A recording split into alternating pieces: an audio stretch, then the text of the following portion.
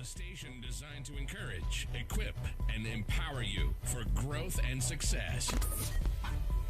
An affiliate of Direct Impact Broadcasting and Creative Broadcasting, presenting the Empower Hour with Jaresha, a show that shares the stories behind the journeys of leaders, influencers, and motivators.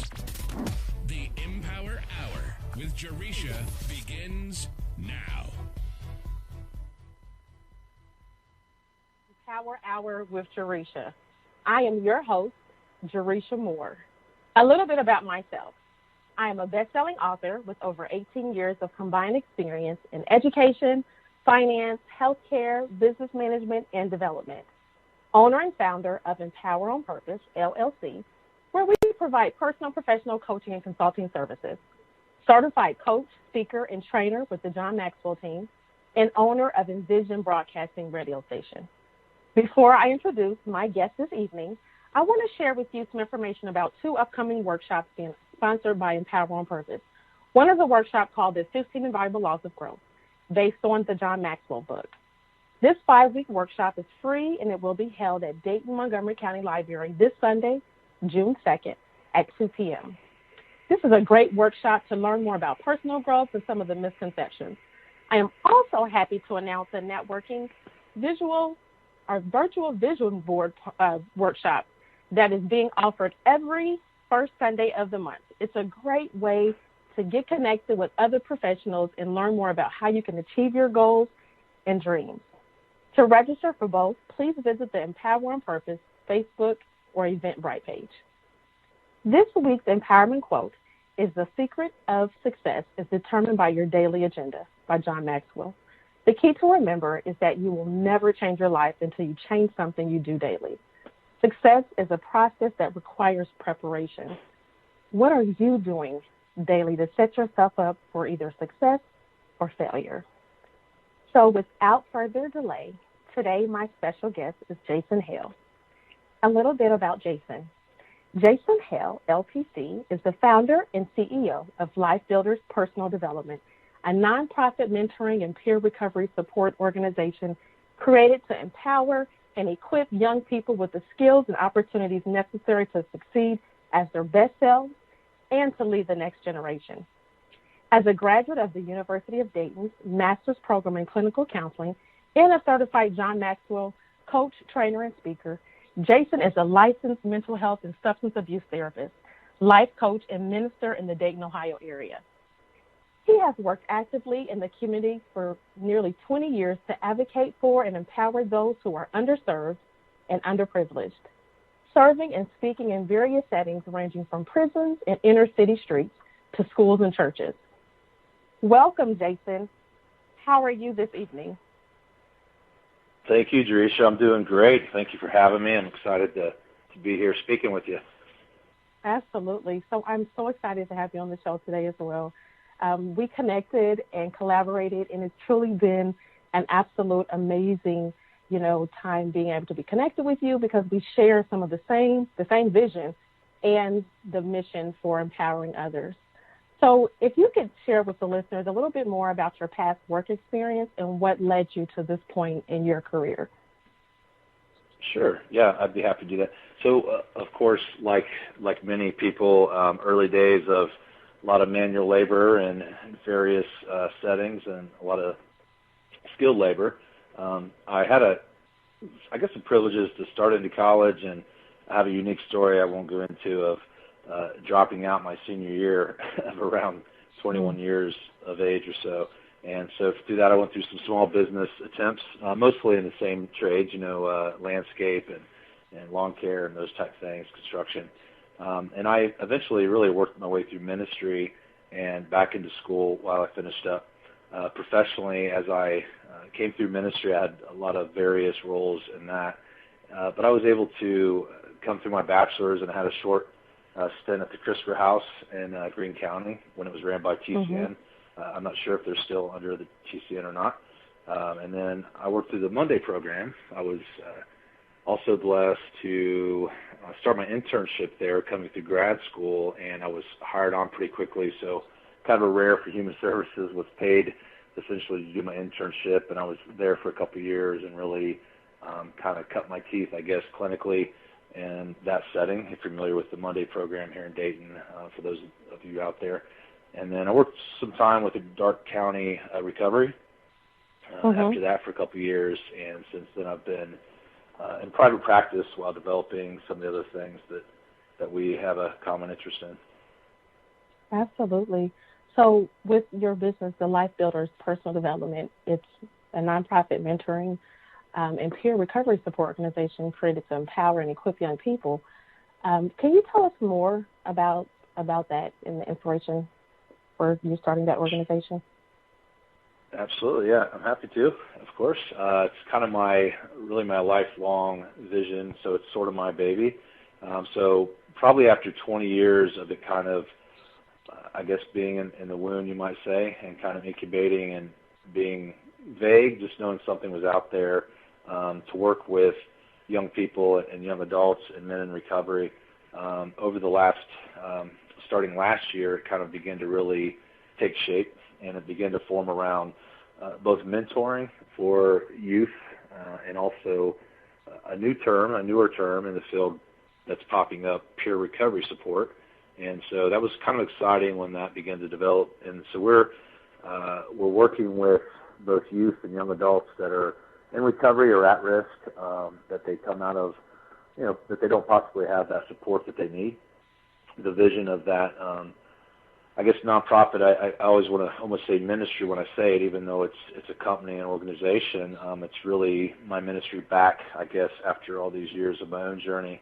And our mission is to equip a generation to lead the next.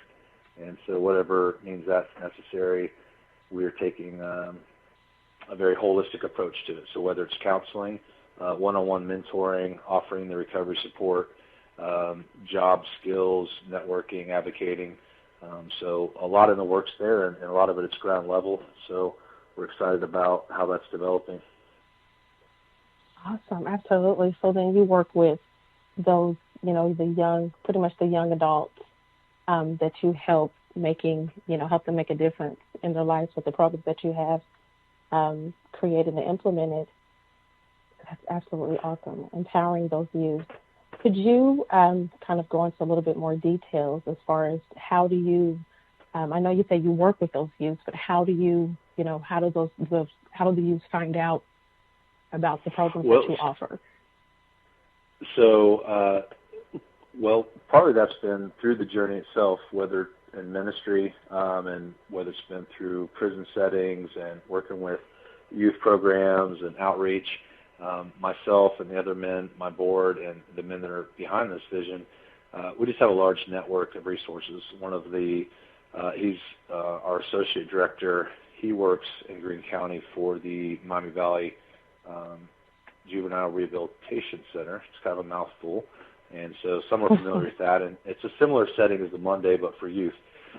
So we really we've had a long running heart for, we began working with men in recovery, and then the vision really became prevention. So the sources are not hard to come by because we just have a 20-year collective journey of really just working grassroots down, and getting dirty with people for a lot of years, and just out of our own time, and even eventually developing professionally, and now circling back to offer that as a sharpened skill and to do something effective for the community.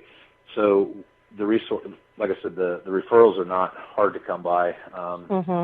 What we try to do and what we're developing currently is really fine-tuning the two legs of it, which are connecting a juvenile, say a 13 and up year old.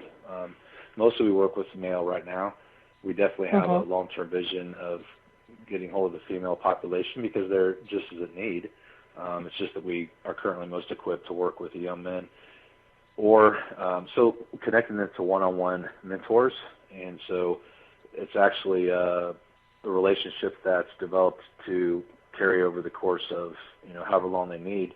And so it's kind of a unique thing we're offering. That piece of it is we've been doing that sort of on a voluntary, non-official level for several years. And so we're trying to really program and develop that in a better way. And we're resourcing with some local organizations that do training around mentoring programs. So we're hoping that this year is the year that's really going to blossom, where we can connect young men, youth, one-on-one with a mentor relationship, or if they're young adults and they're in recovery, that would be the leg that's geared more towards peer recovery support. And so that would be essentially an easy way to word it might be, it's like a professional sponsor, even though the role is slightly, it's a little different. It's a professional role. And so those are the new, exciting, developing branches that we're really trying to push, as well as the counseling and just one-on-one work with the community.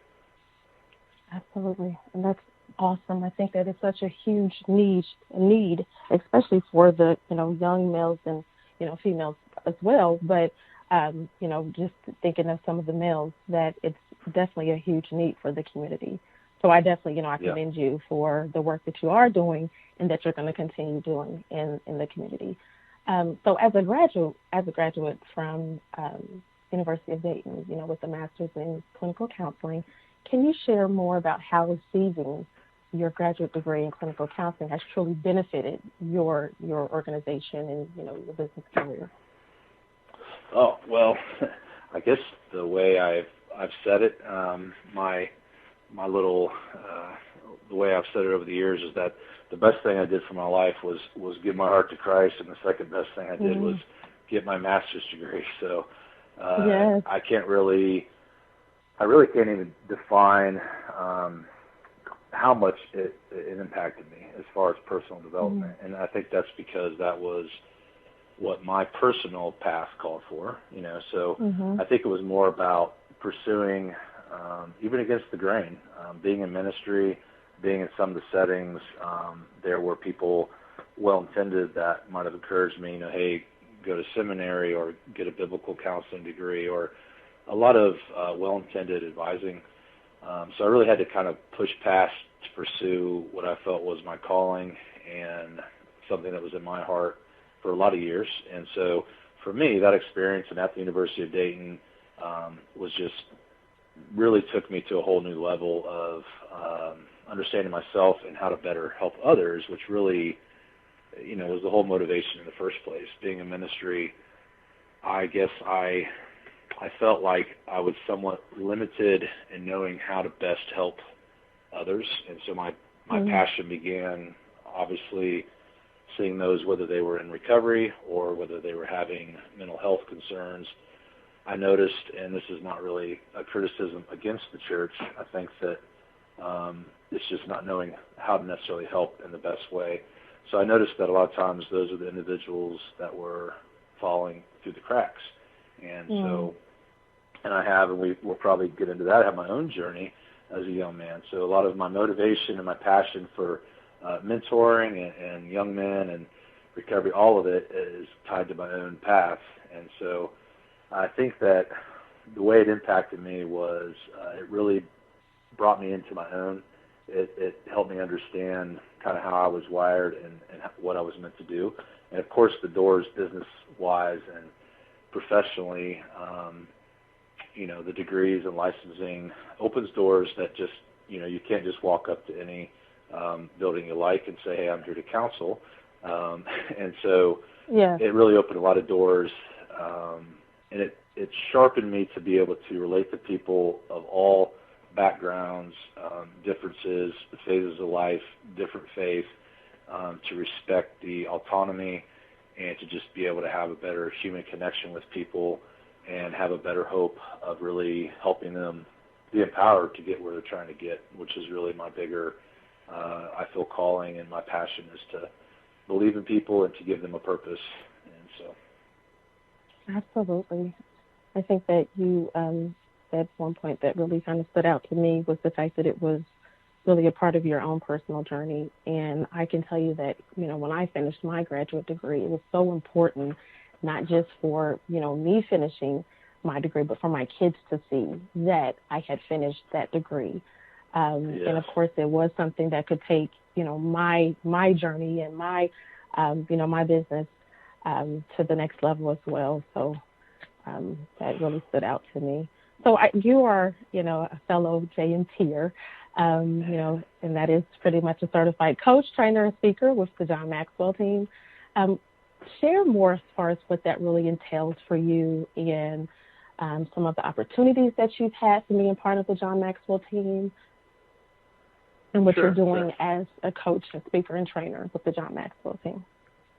Yeah, happy to do that as well. Well, I mean, I have to say that one of the most profound, great things has been connected to the Jaresha, right? So that's where our journey began. And so they touched on that as kind of part of the funny, really a God type story, right?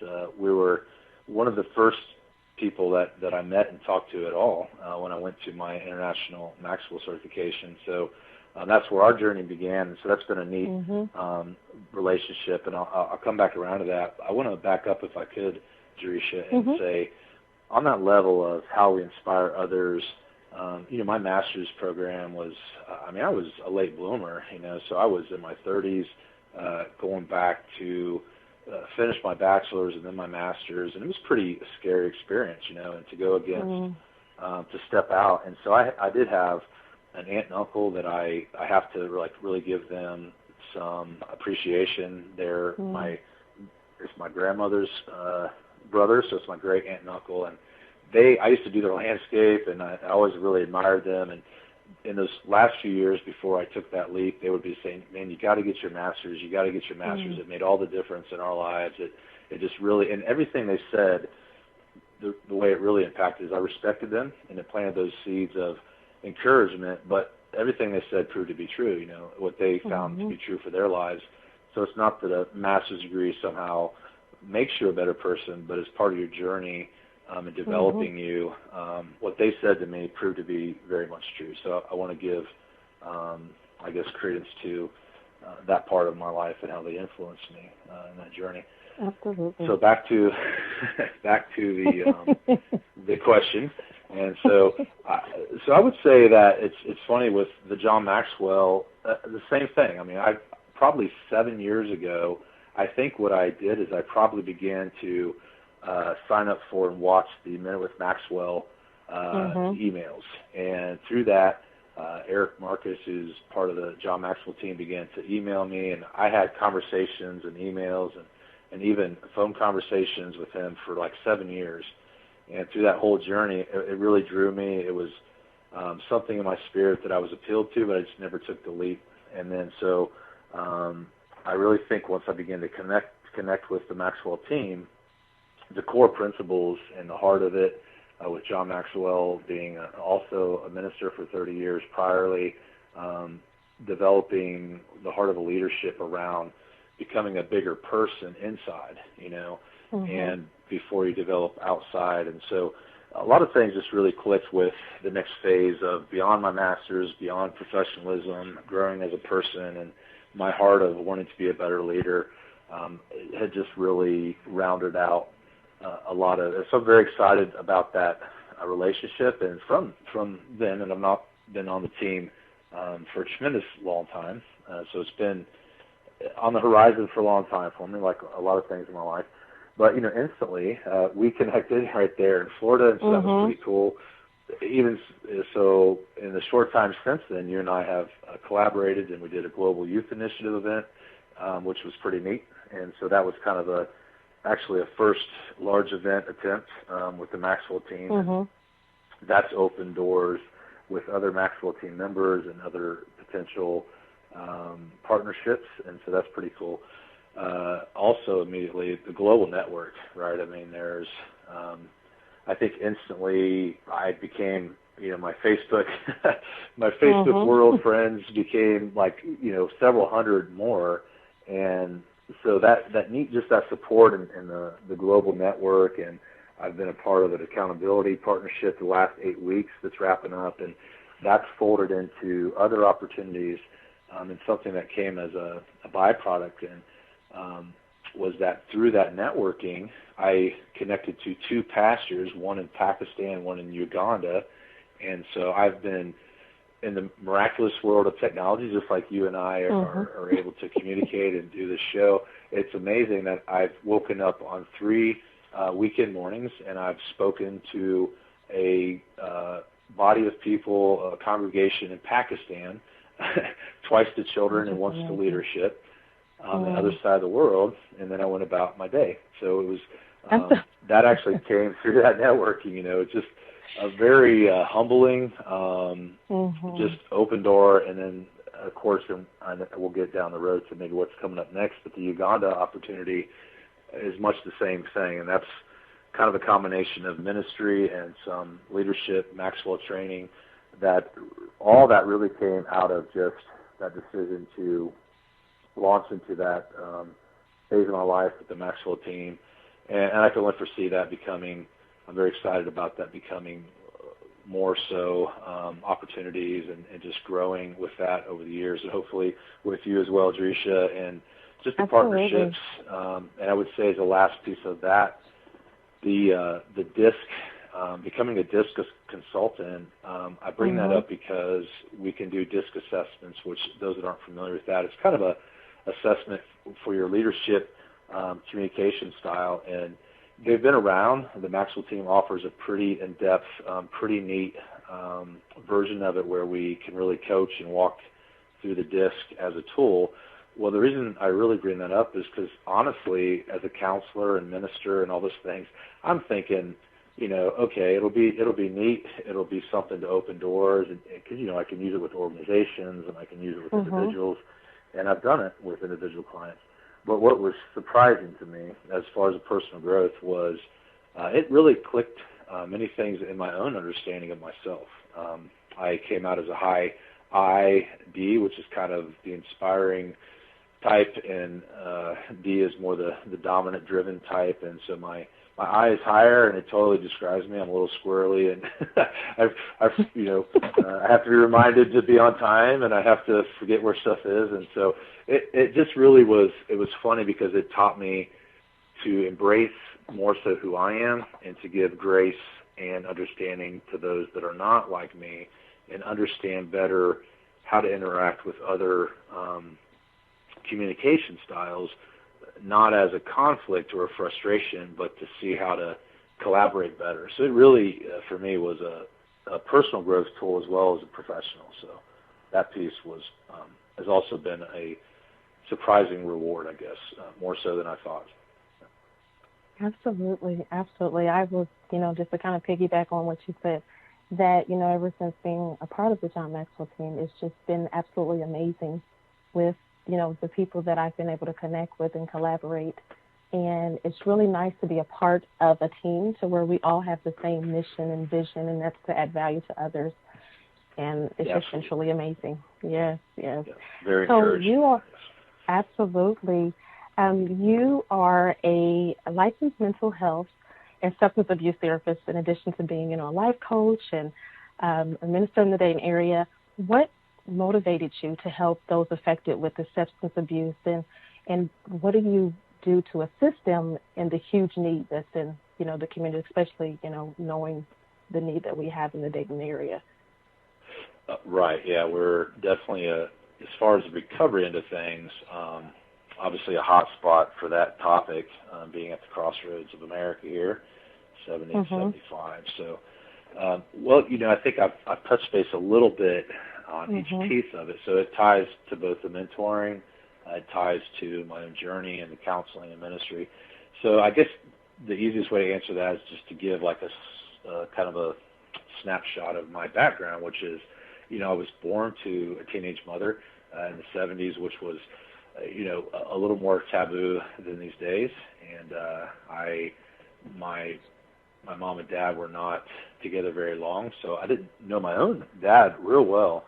And so that piece kind of tied into, through all my schooling, the passion, my thesis and all those things was on the effects of fatherlessness in the home. And so that's obviously been the undergirding of my knowledge and experience of understanding the impact on young men. But through that, the reason I did not complete college, even though I got up to my senior year, was I was quite off track myself. So I adapted the party animal mentality and lived that well as a young guy. And so in my 20s, that was catching up to me. And so I have my own journey of pretty heavy alcohol abuse, some substance abuse in my own background. So I came to Christ at 25, actually in Montgomery County Jail. And so that's where my life intersected with the Lord. And so I think that journey's been many ups and downs. And 20 years this year, I just turned 45, so 20 years now. And so it kind of all ties together, that my passion for it, and it helps me stay on track to give back. And I would say that, boy, it's a daunting task, and it's so complex. And so my work with recovery actually is where this all started, and it's actually back-ended into mentoring, because more and more and more I've had to come to the realization and the dawning, and even working with Maxwell team again, the Global Youth Initiative, that prevention is the real thing. And so we have to be able to get a hold of the youth before they get there. And if they don't have someone guiding them and inspiring them and being willing to go to bat for them even when they are a mess, then how do we really expect them to have a chance, right, out of our communities?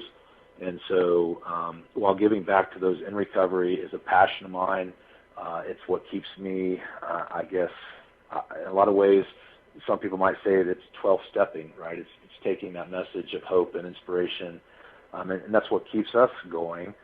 Absolutely. So it's kind of my heart and my call, but it kind of all ties together. In the briefest package, I can give all that. So, yes, absolutely. Yes, thank you so much for sharing, and really being transparent about your own journey. So I know you mentioned the importance of mentoring, and we both know that it's extremely important for those of us who lead, motivate, and influence others to have a mentor. Can you share with the listeners how important it has been for you to have a mentor or coach in your own life?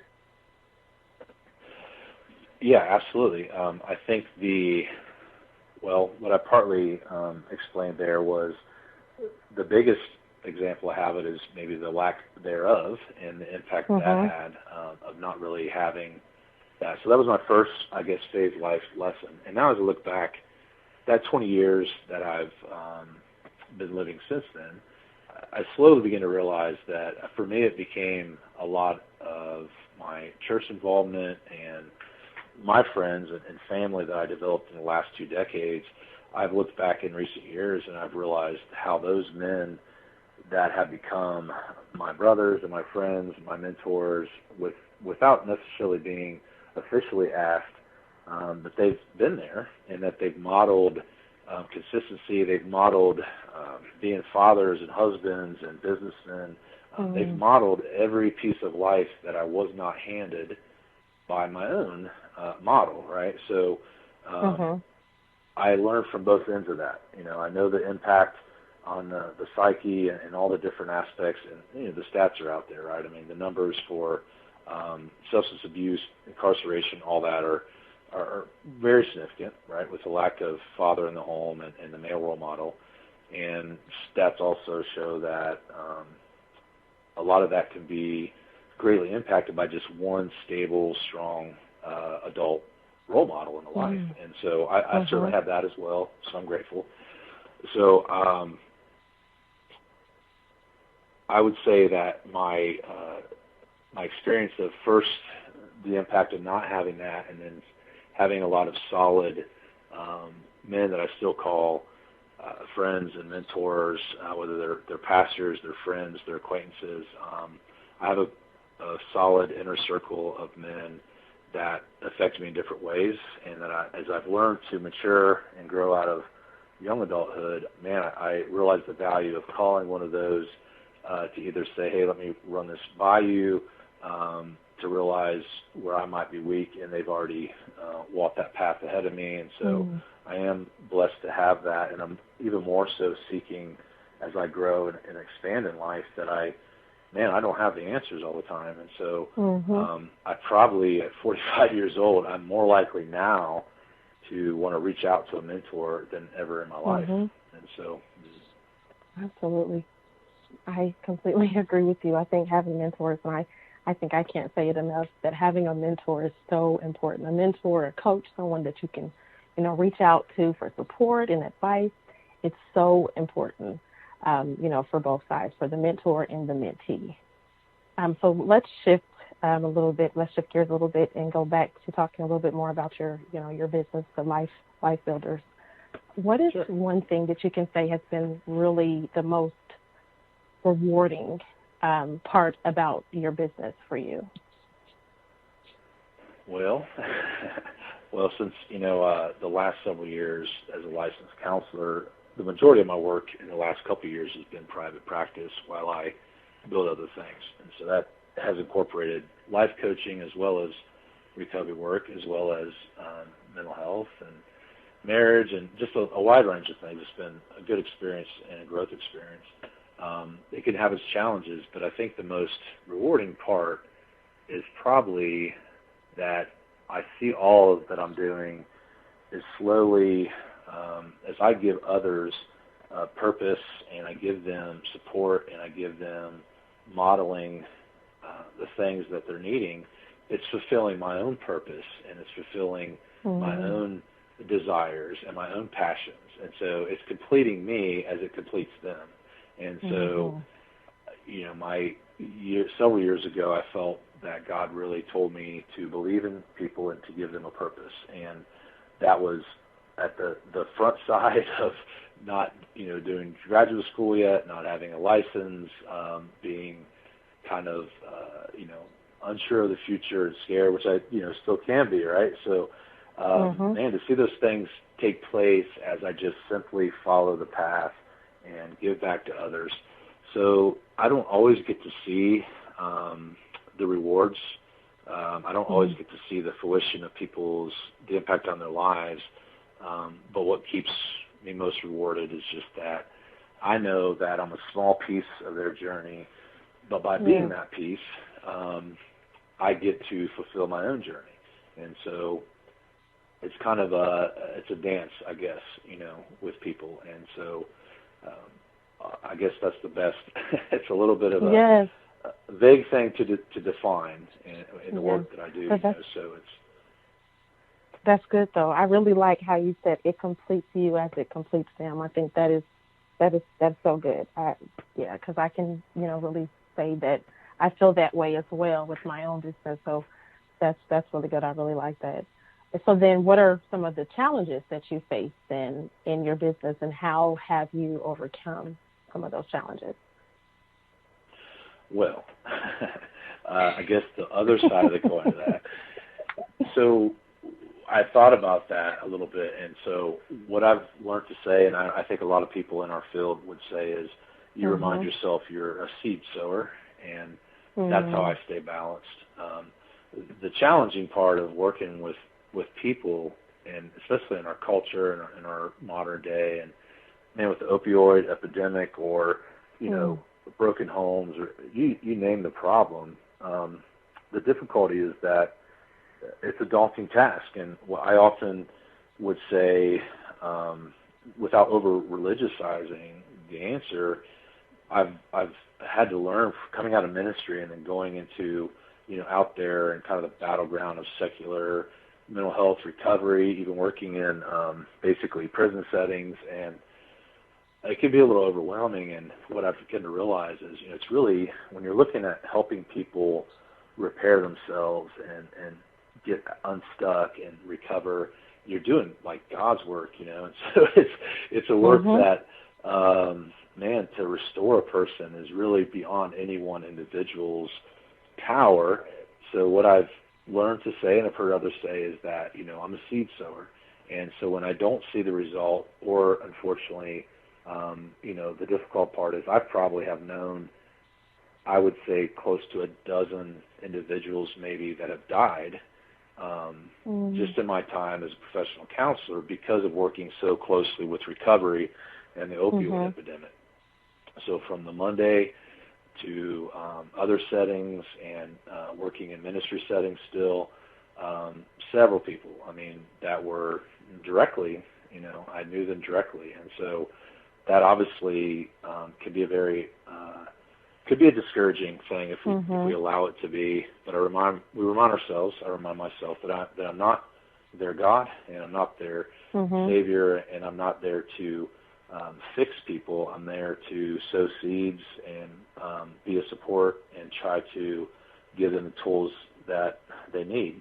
And so the difficult part is balance with keeping perspective that, we're just a piece of the puzzle.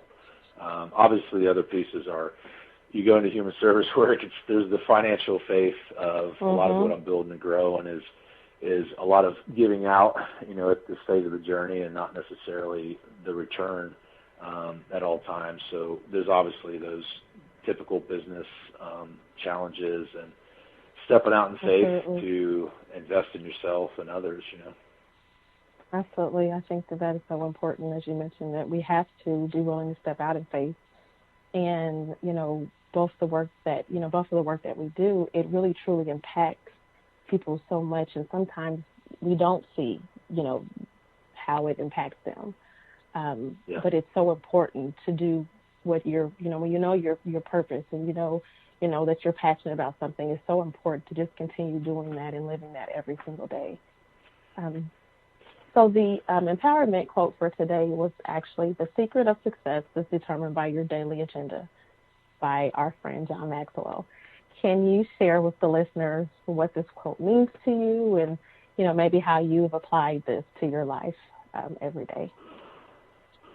Well, it's funny because as you were opening, I heard you saying the quote, and I was thinking on it, and I think that's probably, it's a little convicting and also relates as well, because I think,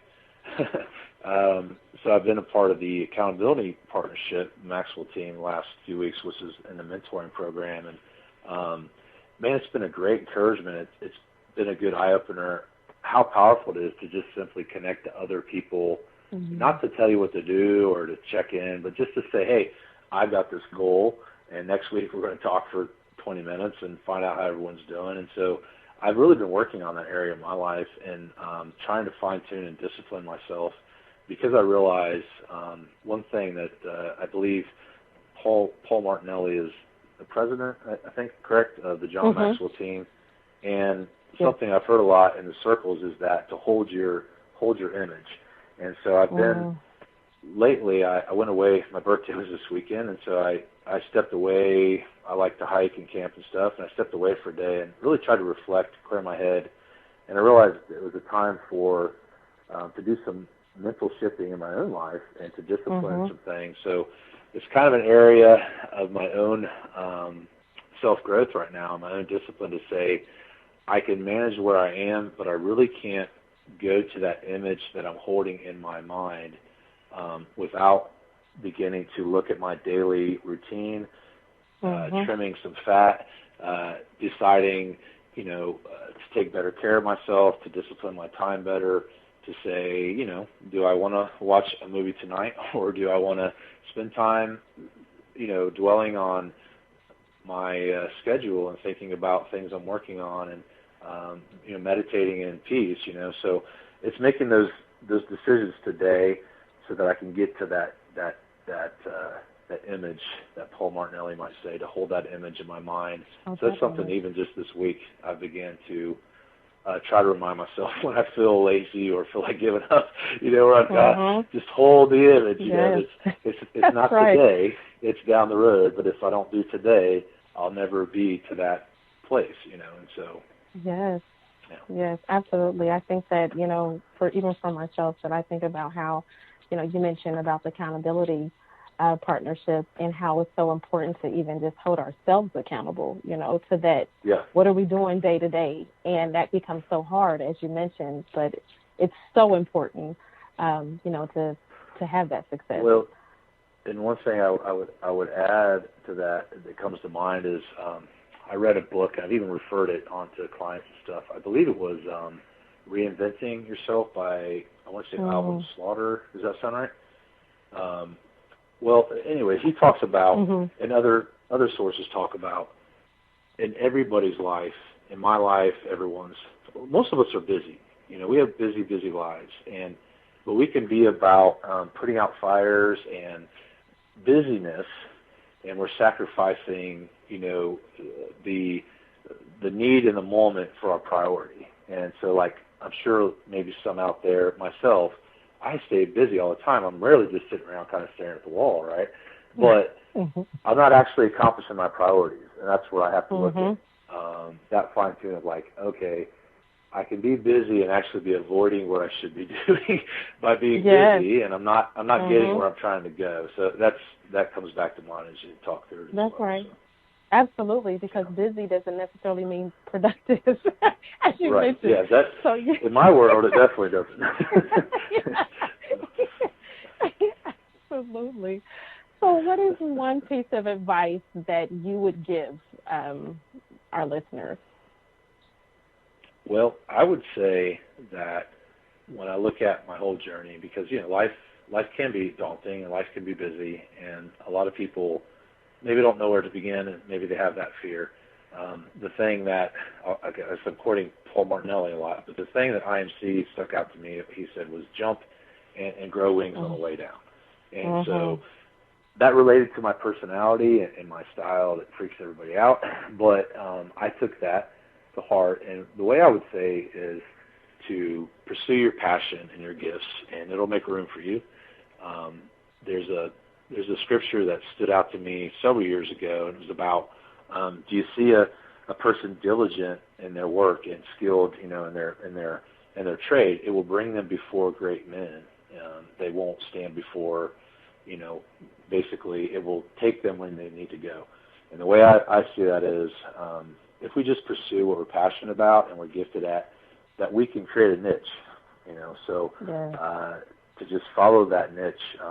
Where I am now compared to 20 years ago is light years beyond where probably most people ever thought I could be.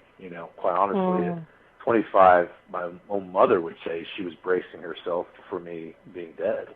And so, and I would say that I sure hope that in 20 years from now, I say the same thing, that 20 years that now I'm not near fully where I can be and who I can be yet. And so we got to just keep pursuing that passion and that gift a day at a time, and it will make room for us. Absolutely. So please share with the listeners what you have coming up on the horizon. So what's next for you? Well, I think as well as the mentoring and peer recovery that's really launching and ready to really take full form. There's some partnerships taking place that are trying to get into some locations, working with a youth center, a community center we're developing, but that's all kind of in the form. But the probably really exciting thing that is just blowing me away a little bit is going to be going to Uganda in October. And so I have extended a full invite to Jaresha for the public audience, just so you can keep her accountable. So we're believing for that. So yeah, that's she's like, well, let's talk about that. That's probably the most just mind-blowing, and I'd have to go on a long time about. I've had Africa in my heart for years. I've had another, word in my spirit from God was to be a voice to the world, and to have my voice heard, which there's no reason it should be. And here I am speaking to you on a live broadcast. I'm going to Uganda to do a conference. Uganda, just out of nowhere, and that's all began to happen. So that's an exciting on the horizon. That's actually going to be a ministry combined with leadership training for leadership, and we're going to do some youth training as well. So we're going to combine some Maxwell material with some ministry material, and so ask everyone to keep that in prayer. Also, a shameless plug, that's going to be quite an investment on my end to get there, and this is obviously a fairly impoverished area. They're going to be covering the costs on their end, but there's no really planned compensation to me. It's something that I'm just more than happy and humbled to have an opportunity to do, and then Jaresha will fill you in about our plans to get there. And so absolutely. Absolutely. So and I am that's excited. also actually good. No, I was just going to say that I'm excited. I know when you shared with me about Uganda that, Of course, I've never been. And I think that, as you mentioned, it is a ministry. And so I definitely would love to be able to go to minister, whether it's leadership, training there. I would love to be able to go to just share, those gifts and talents. So, yes, well, I will definitely, be sharing more information yes, in the future. I hope that happens. I hope that very much happens. And I have to say just so the cool part about just the God thing here is that there's actually other John Maxwell team members. One of them is in Kenya, and Jaresha and I, that's the other third person, was the first people that I talked to in a group conversation, the three of us. So we have connected. She's going to be a part of that effort. And there's a man here who's from Uganda who lives now close to Washington, D.C., and he's been interpreting for me between this other pastor to help us understand. So it's just been an amazing adventure, and I'm hoping this team can come together and be funded to make this happen and really go make a powerful impact over there. They're very obviously hungry. They're just hungry for it's almost overwhelming. I feel like they should teach me something, right? So it's been amazing talking with them, and so I had to. Yes. So thank you. I just want to take the time to say thank you for sharing your amazing story and journey. If you can share with the listeners how they can actually stay connected with you and support your efforts. Yeah, of course. So you can find me on Facebook, Life Builders. You can look for Life Builders Personal Development, or our line there. Our handle is @WithYouInTheJourney. For the Life Builders Facebook page. Also on Instagram, and because I'm a high I, I can't remember I'm trying to find if I can maybe tell you real quick. I believe Jaresha, hopefully maybe she has these things on hand, but it's Life Builders 1. If you search Instagram, it's Life Builders 1.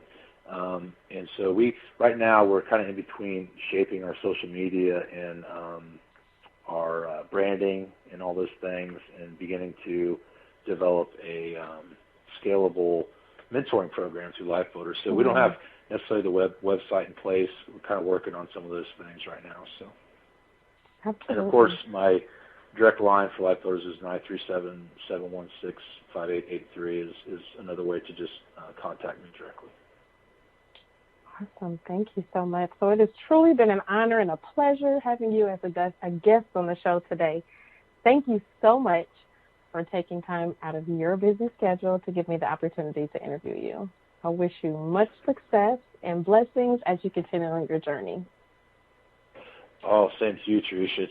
The honor's been all mine. Thank you. Thank you. So listeners, thank you so much for tuning in tonight's show with our special guest, Jason Hale.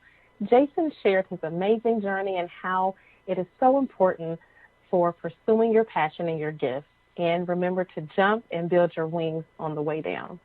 If you are interested in being a guest on the show, starting your own radio show or low-cost advertising highlighting your books, business, or events, please email envisionedb@empoweronpurpose.com.